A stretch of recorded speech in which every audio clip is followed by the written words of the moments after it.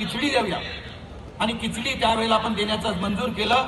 पर head पर मुलाच्या मागे आपण 2.5 रुपये द्यायचो आणि त्यातनं खिचडीचा उदय झाला आणि मुंबई महानगरपालिकेच्या शाळातल्या मुलांना आपण ती खिचडी द्यायला सुरुवात केली.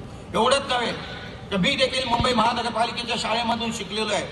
पाहिले मुंबई महानगरपालिकेच्या माध्यमातून येणारी 6.5 लाख मुलं ही कशा तऱ्हेने येतात. प्रायव्हेट शाळांमध्ये जाणारी मुलं कशा पद्धतीने जातात आणि मुंबई महानगरपालिकेच्या शाळेमध्ये असलेली मुलं कशा पद्धतीने जातात.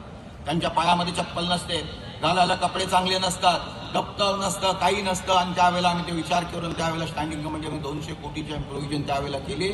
आणि सांगायला आनंद होतोय की स्टँडिंग कमिटीच्या माध्यमातून 27 वस्तू मुंबई महानगरपालिकेतल्या शाळेला विद्यार्थ्यांना देण्याचं काम त्यावेळेला स्टँडिंग कमिटी चेअरमन असताना मी आणि आमच्या सहकार्याने त्या ठिकाणी केलं. ही अशी अनेक कामं त्यावेळेला करत गेलो. आरोग्याच्या दृष्टीने केलो. आरोग्याच्या दृष्टीने पाहायला गेलं त्यावेळेला कुपर एकदम डिलॅबरेट कंडिशन मध्ये होता. 390 कोटी रुपये आम्ही खर्च करून कुपरची इमारत पहिली दुरुस्त करायला घेतली. एवढंच नव्हे तर कुपरच्या बाबतीमध्ये मेडिकल कॉलेज देखील व्हायला पाहिजे. मुंबईमध्ये मेडिकल कॉलेज जे आहेत ते इंग्रजांच्या वेळेला मेडिकल कॉलेज झालेले आहेत. आपल्या राज्यकर्त्यांनी कधी मेडिकल कॉलेजचा त्यावेळेला विचार केला नव्हता आणि उपनगरामध्ये मेडिकल कॉलेज पाहिजे होतं. WHO निर्णय होता की 20 एकर जागा असेल तर आपण मेडिकल कॉलेज करू शकतो. आम्ही त्यावेळेला विचार केल्यानंतर आम्ही त्या पद्धतीची 20 एकर जागा शोधून काढली. कुपरची जागा, ट्रॉमाची जागा, त्याच पद्धतीने भगवतीची जागा ही इन्क्लूड केली.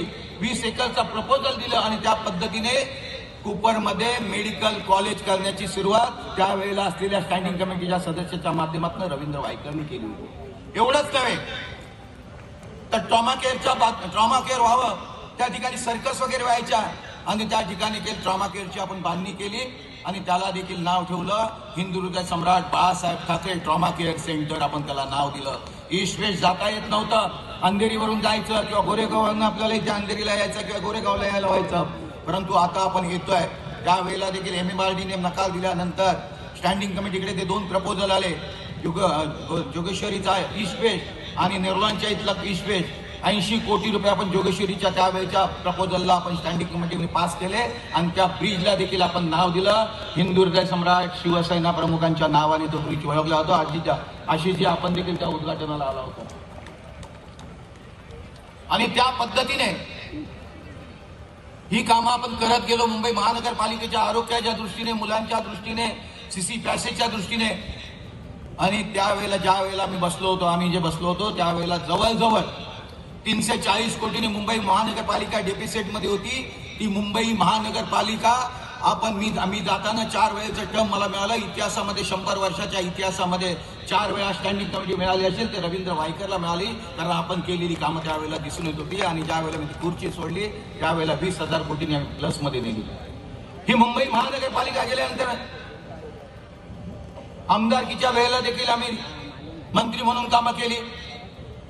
या अशा पद्धतीने कामं केल्यानंतर आज लोकसभेला जाण्याची वेळ आलेली आहे. त्या लोकसभेमध्ये आपल्या उत्तर पश्चिमचा आवाज खासदार म्हणून बुलंद करण्यासाठी तुमच्या सहकार्याची नेहमी अपेक्षा आहे.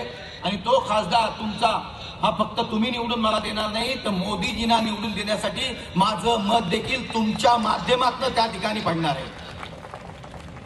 आणि यासाठी निवडून द्यायचे, त्यांचे हात बळकट करायचे. महाराष्ट्रामध्ये असणारी कामं, महाराष्ट्रामध्ये फनेल आहे तुम्हाला माहिती आहे एअरपोर्टच्या ऑथॉरिटीच्या माध्यमातून. आणि एअरपोर्ट ऑथॉरिटीच्या माध्यमातून फनेल असताना 4 किलोमीटरचा फनेल असल्या कारणाने त्या ठिकाणची हाईटचे देखील रिस्ट्रिक्शन आहे. सिव्हिल एव्हिएशन त्यामध्ये येतं. हा विषय तिथे मांडणं. आपण नेहमी एअरपोर्ट येतो त्यावेळेला तुमची विमानं अर्धा तास 1 तास ट्रॅफिक जाममुळे म्हणजे एअरपोर्टवरती उतरताना वे मिळत नाहीये. आणि त्याच्यासाठी तिथली झोपडपट्टी उठवून ती बाजूला त्यांना घरं देऊन त्या ठिकाणी वे बांधता येईल का याचा देखील विचार करणं गरजेचं आहे. असलेल्या गुंफांचा विचार करणं गरजेचं आहे. त्यांच्या आजूबाजूला असलेल्या झोपडपट्ट्यांचा विचार करणं गरजेचं आहे. फॉरेस्टचा विचार करणं गरजेचं आहे.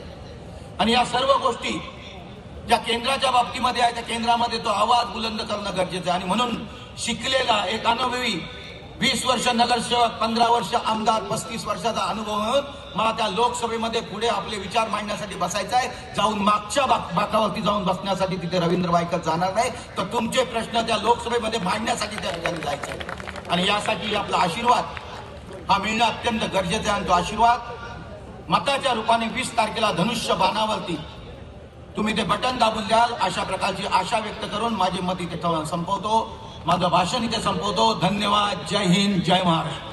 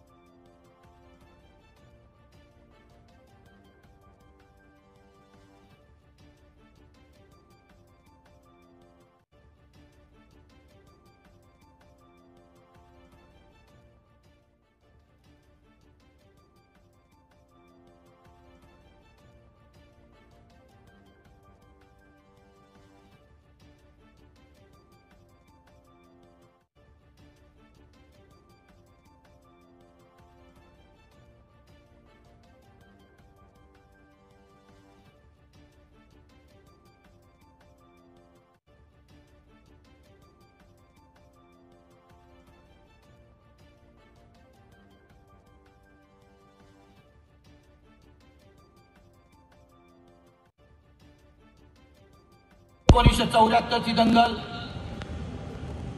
1984 ची दंगल, 89 ची दंगल, 91-92 ची दंगल, 4 दंगली झाल्या. या जोगेश्वरीमध्ये दंगलग्रस्त जोगेश्वरीमध्ये होते. कोणी यायला मागत नव्हते. मुंबई मधला तडीपार व्यक्ती हा अंधेरी पासून ते बोरवली पर्यंत असं राहायला गेला होता. आणि याच्यामध्ये जोगेश्वरीमध्ये दंगलग्रस्त असल्या कारणाने रेल्वेच्या गाड्या देखील आल्या तर त्यांच्या खिडक्या देखील बंद व्हायच्या. स्टेशन आल्यानंतर त्यांचे दरवाजे लागले जायचे. एवढी भीतीग्रस्त जोगेश्वरी होती. 4 वेळेला शिवसेनेचा उमेदवार त्या ठिकाणी पराभूत झाला होता नगरसेवकाला. देवीदास साळसिंगर माझे मित्र होते. आणि मग 5व्या वेळेला ज्या वेळेला त्या ठिकाणी निवड करायची होती, कारण 1974 पासून मी शिवसेनेचं कार्य करतो. ज्या वेळेला पहिली दंगल झाली त्यावेळेला मला दगड लागला होता इथं. आणि त्यावेळेला दगड लागलेला असताना मला बोलवलं गेलं शिवसेना प्रमुखांकडे.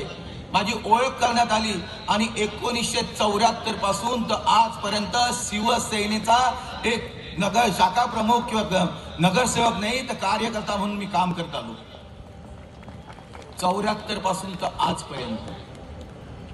आणि 92 साली ज्या वेळेला इलेक्शन आलं मुंबई महानगरपालिकेचं, त्यावेळेला सर्वांनी मते 4 वेळेला पराभूत झाला होता आमचा उमेदवार.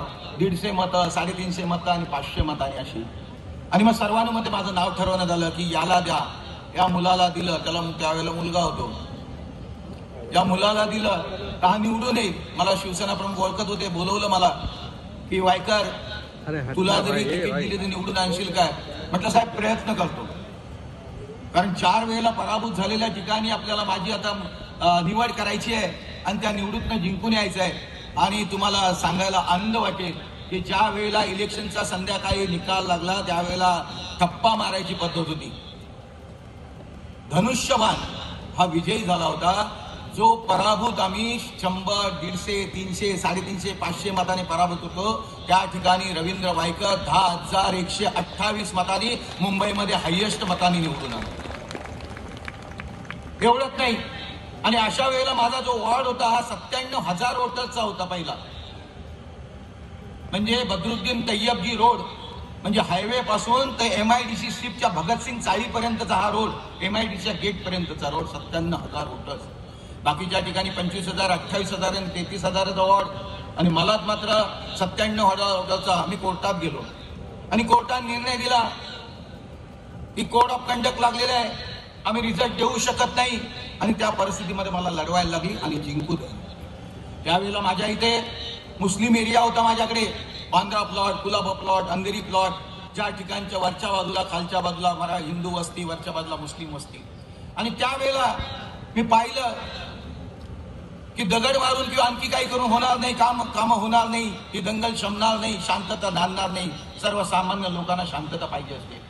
आणि मी त्यांच्या दगडाला कामाच्या रूपाने उत्तर दिलं. आणि त्याच्यानंतर 92च्या नंतर 4 वेळा म्हणजे 10,128, 13,000, 15,000 आणि 18,000 असं 4 वेळा मी निवडून आलं. आणि मुस्लिम बांधव त्या ठिकाणी 50-60 वोट द्यायचे. 92च्या पूर्वी त्या रवींद्र वायकरच्या धनुष्य बाणाला 10,000मधला 7,000 वोट मुस्लिम बांधवांची देखील पडायला लागली. अशा पद्धतीने जोगेश्वरीचं परिवर्तन केलं.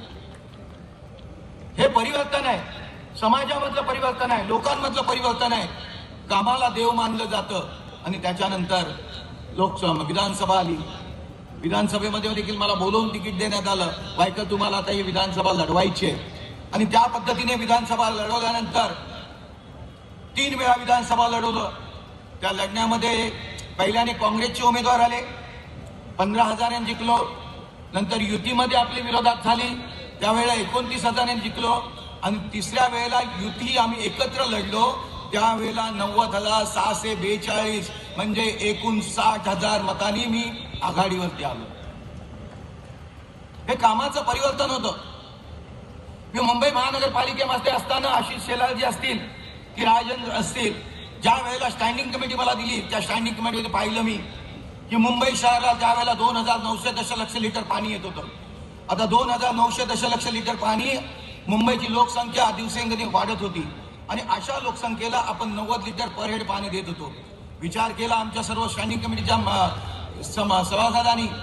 मी त्यावेळेला असलेले डिगीकर, चरणकर यांना घेऊन भातसा धरणाच्या इथे गेलो. ज्यावेळेला आम्हाला चर्चा झाली आपण जास्त पाणी कुठून आणू शकतो, भातसा धरणाच्या इथे गेल्यानंतर चर्चा झाल्याने कळलं की इथून आपण 450 MLD पाणी जास्त आणू शकतो.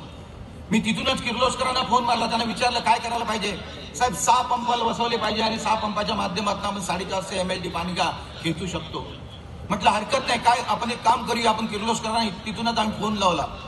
हे फोन लावल्यानंतर किर्लोस्करांच्या माणसांना सांगितलं साहेब 1 वर्ष तरी लागेल 6 पंप बनवायला वगैरे. म्हटलं ते 1 वर्ष नको, तुम्ही 6 महिन्यामध्ये बनवा. त्यांनी सांगितलं आम्ही प्रयत्न करतो. आमचे इंजिनियर म्हणायला लागले की साहेब आपल्याला बिल्डिंग बांधायला लागेल, सर्व सिस्टीम आपल्याला बसवायला लागेल. म्हटलं सिस्टीम आपण नंतर बसवूया, तुम्ही फाउंडेशन